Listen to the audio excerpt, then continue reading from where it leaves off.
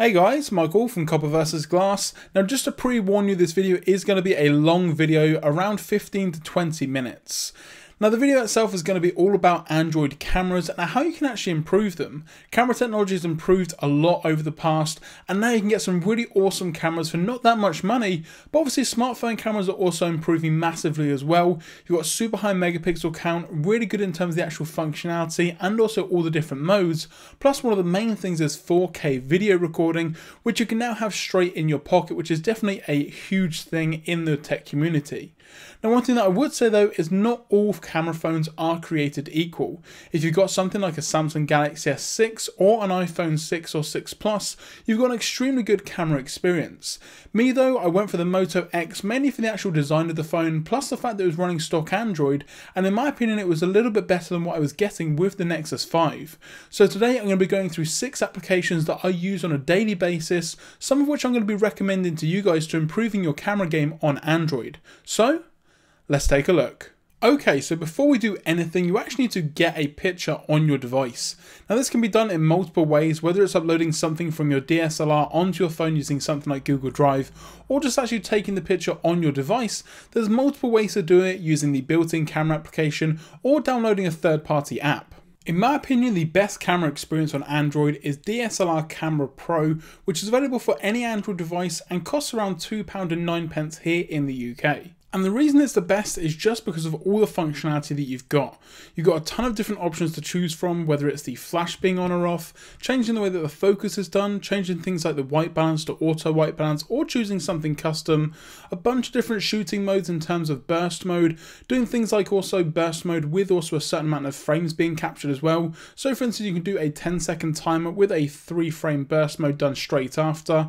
You've also got some scene modes, some effects. You can change the megapixel count from as high as you can, which on the Moto X 2014 edition is 13 megapixels, and you can take it all the way down to 0.1 megapixels for whatever reason if needs be. You've also got some great options for grid options, and also an option here which I don't see in any other application to actually turn on a histogram. So again, that's down in the bottom right hand corner, and just in general the way that the application works is extremely good, and I've not had any issues whatsoever. But there are downsides to all camera applications, and the main one with DSLR Camera Pro is the fact that you do need to take a bit more time to take the actual photo itself because there are so many options.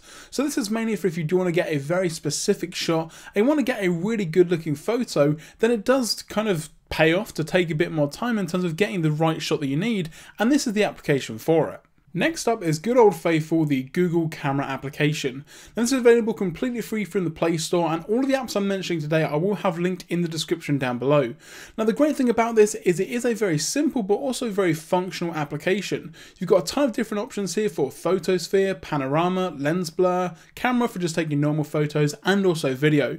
So if you do want to get some of those awesome Google Street View style photography, then you can do with this application. You can also change the resolution of these to make them better or worse, and that's also then going to depend on the time that it takes to render the actual shot itself, but I'd recommend having everything on the maximum to get the best out of your photos in general anyway.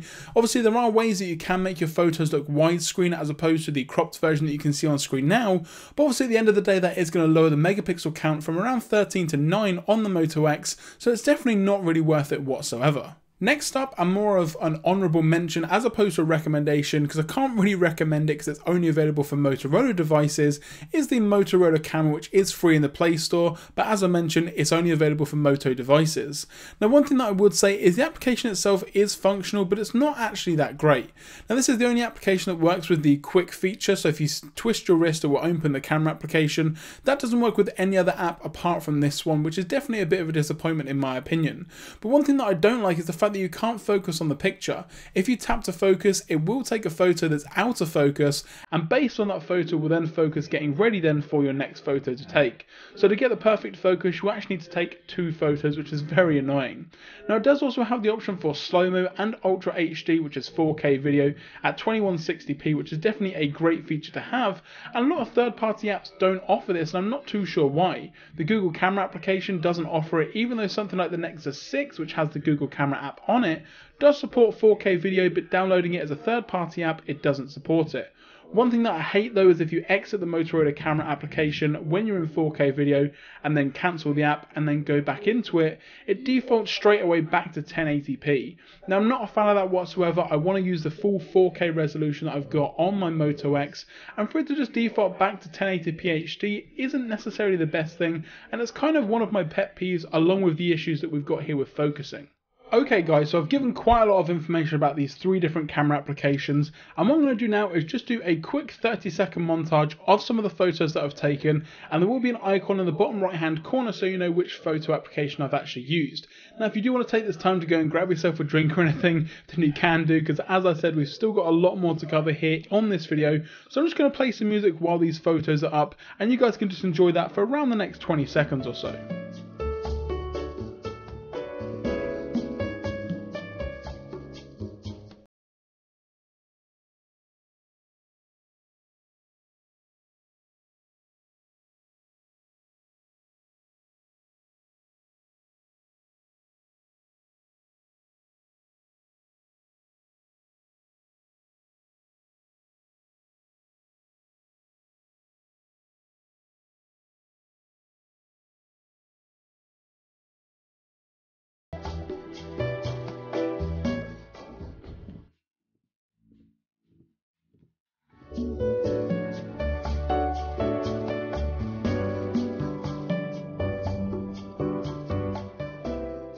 Okay, so I hope you enjoyed that little break, but what we're going to be looking at now is actually how to edit your photos.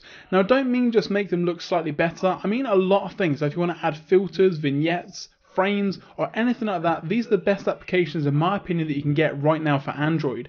Now obviously if you guys have got any other applications in terms of to edit or to actually take photos, then be sure to leave them in the comment section down below, and I can maybe do an updated or slightly tweaked version of this video, or just have a bit of a go on Google Plus to give you guys a bit more information about the applications themselves. But these are what I consider to be the best 3 applications for editing on Android. In no particular order, first up we have Afterlight, which is available for all devices and costs 59p here in the UK. Now this is a great application if all you want is some light editing tools. Now it's not to say that it's not a useful application and that you can't get the desired effect that you need, but it's a little light on features, excuse the pun there, but in terms of the application itself, it does pretty much everything that you would need to do a simple edit on a photo, or just in general to get it to look how you need it to. It's not the most complex application out there, and as you can see from the menus, it is very easy to understand exactly what everything is. Now one thing that I would say though is that's a benefit, because it means that a lot of people can use it and understand exactly how it works. Now the reason why I'm showing you these sorts of applications is obviously you can put something on Instagram and you can use the built-in editing functionality of Instagram, but a lot of photos on Instagram look the same, and I don't know if you've noticed this, but scrolling through my feed on Instagram, a lot of people have stopped using filters. Now whether that's because they're getting bored of them or they don't like how the photo looks, I'm not too sure, but using applications like this allows you to edit your photo, tweak it as you need to, and it's not going to look like anyone else's photo because all of the tweaks that you do are specific to you and the photo that you're using.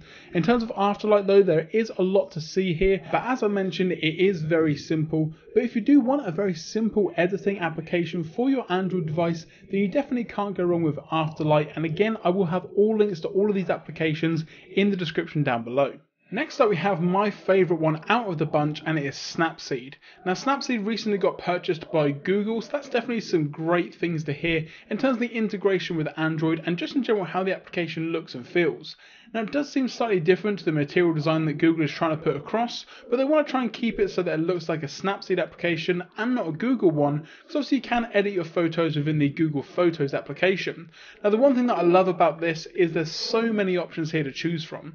It's not just your simple editing application, and it will take a lot more getting used to. There's a lot more things to find out and play around with and tweak with that you don't get in some other applications. The way that it works is very simple. You can slide left to right to actually change what you're currently looking at, and then you can swipe up and down to move through the different menus. You can also click on the plus feature here to get access to filters and also some of the tonal and just in general some of the ways you can change the photo. But in my opinion, this is the best way to edit photos on Android, and it is free free of charge, which is definitely a great thing, as you don't really want to be paying for something that you may not be using all that much. But I can guarantee that once you download Snapseed and start editing photos and getting them to look how you need them to, then you're not going to be going back. This is a great application, one that I can highly recommend, and did I mention that it's free? But do keep in mind that due to the sheer amount of things that you can change and edit on your photos, you may end up getting a photo that you're not necessarily a fan of just because you've added so many filters, so many changes onto it. So that's definitely something to keep in mind, and I mainly use Snapseed to actually make photos just kind of pop and just look a little bit crisper than what they are actually taken on the device itself. Now if I want to do anything in terms of filters and things like that, that's what the next application is all about. And the last application we're looking at today is VSCO Cam, or what's better known as VSCO Cam. Now again, this is completely free and available in the Play Store, and this is a great application not just for editing photos and applying filters, but there's also a really good social network involved here as well, where you can access people's journals to get an insight into the kind of photos that they actually take. Now that's something that you don't really get with any of these other applications. As you can see here, you can go in and look through other people's photos, find out a bit more about it, and also just in general like, comment, and also just look around all these different photos, share them, and all that kind of stuff, which is definitely great to have. It's kind of like a more stylish version of Instagram is the best way to look at it, as you don't have all the filters and some of the photos you don't necessarily want to see. A lot of this is high quality photography taken on DSLRs and other sorts of cameras and then imported onto the phone to then edit in VSCO Cam. But it's not just photos. As I mentioned, there is a journal section, and in here you've actually got some stories with some written text and also some photo integration as well. And again, you can read through these and get all the information that you need, so it's definitely a great feature to have and just makes it a lot more social. There's also a store where you can download different filters, because VSCO Cam has some of the best filters available on Android. Some of them are paid for, some, like this one here, is completely free of charge. Now as you go down, it's going to give you a brief example of what the photos will look like with some examples here, using the actual filters themselves on some specific photos, and then you can download it to the device and you're pretty much ready to go. Now we're just going to disregard this portion of the video as I kind of forgot how to import photos into VSCO Cam. It is easy that I'm making out on this video here, but I had to go and actually share it to the application, but there are other ways that you can do it. And once you've got the photo that you want, which is very simple to do, then you can edit the photo and add all the filters that you need. Now these filters are super high quality and nothing like Instagram at all. Now Instagram kind of makes the photos look slightly worse than what they originally were, whereas this applies the filters while keeping the high quality of the photo that you originally took, which is why a lot of people use pro cameras and then import it into the application. If you want some more granular control, you've got the options here for exposure, saturation, and also cropping the photo, adding grain, vignette effects, and pretty much anything else that you can think of. Now this is a great application for if you do want to have a very stylish looking photo and you do want to make some awesome changes and also then keep it in your journal and in the application itself to then share with other people. Now like I say, this is maybe for the more high-end photographer, but just in general, if you see a photo that you really like and you want to put a lot of time and effort into it, if you pair this application with Snapseed, you're going to get some great results. And again, I'm just going to be showing you guys some examples of some photos that I've taken with Afterlight, Snapseed and VSCO Cam. I'm going to make it look a bit fancier than the montage that we had before. However, if you do want to get a drink before the outro to this video, then now's the time to do it.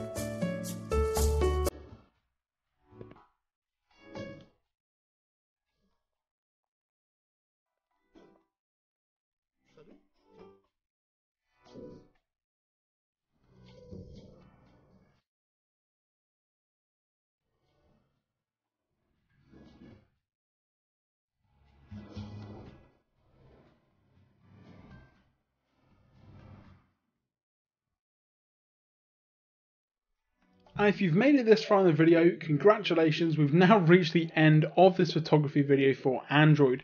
Now like I say, this video runs for around 50 minutes or so, and there's a lot of information in here. So if you guys have got any questions about any of the apps that I went over today, or you've got any recommendations for some other apps that I should be using or should have a look at, then be sure to leave them in the comment section down below, on Google+, or on Twitter at Copper vs Glass. Now if you enjoyed this video and you did make it all the way to the end, be sure to give it a gigantic thumbs up down the bottom, and if you want to get some more great content, don't forget to subscribe. I'm Michael from Copper vs Glass, thanks very much for watching this video, and I will catch you guys in the next one.